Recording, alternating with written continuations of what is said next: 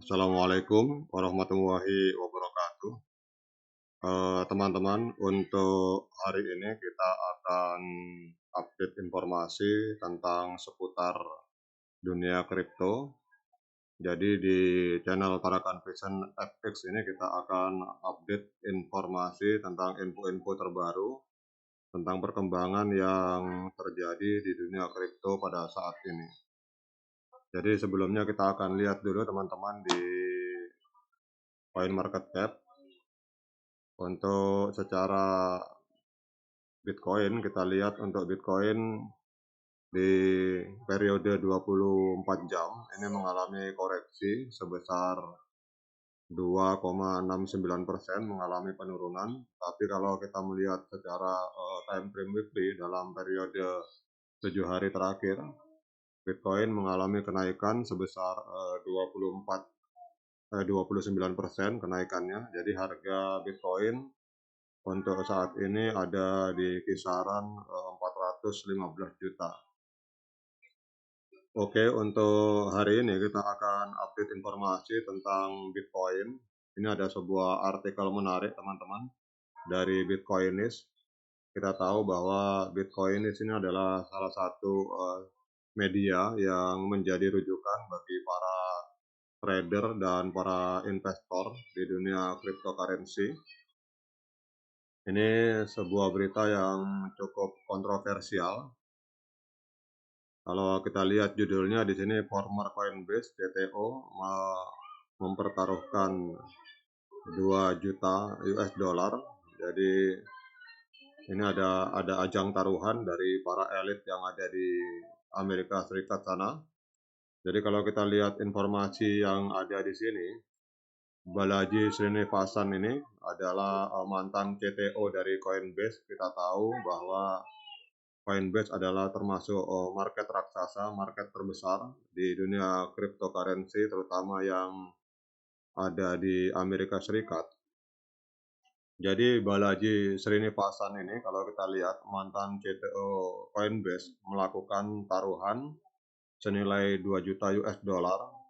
Dia bertaruh bahwa harga Bitcoin akan mencapai 1 juta US dollar dalam waktu 90 hari. Jadi taruhan ini dilakukan sebagai respon terhadap James Matlock.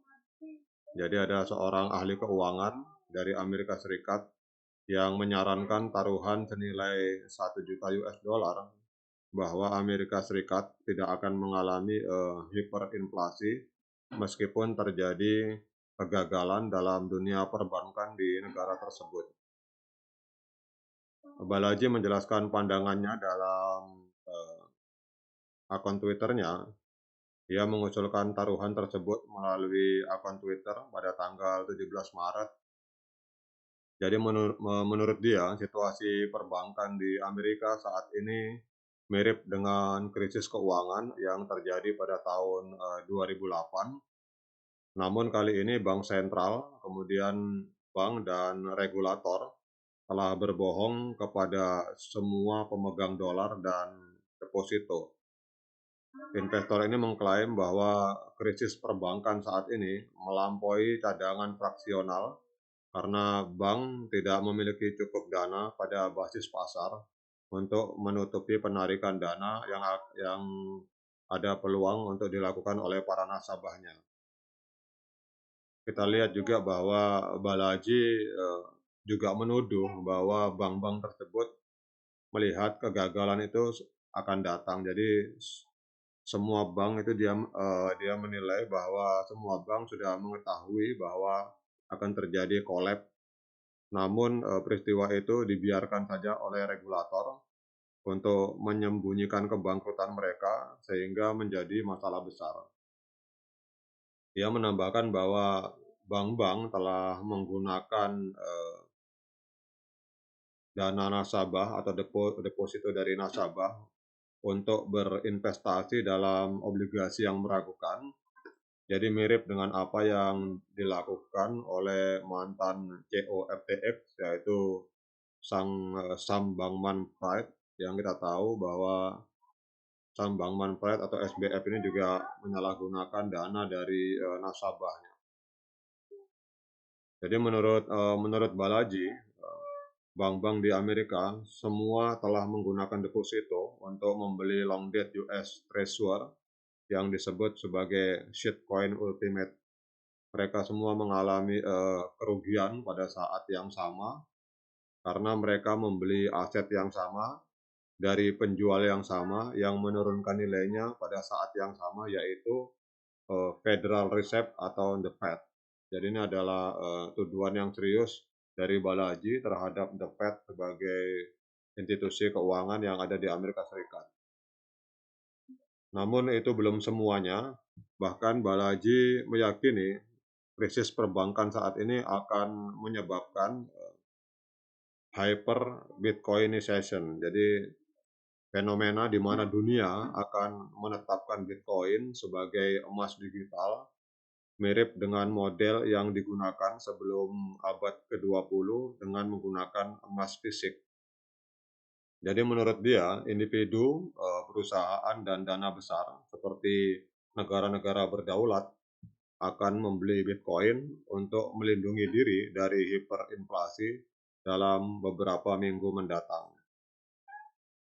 Balaji meyakini bahwa hiperinflasi akan terjadi dengan cepat begitu pemegang dolar menyadari bahwa The Fed telah berbohong tentang seberapa banyak uang yang ada di bank-bank yang ada di Amerika Serikat.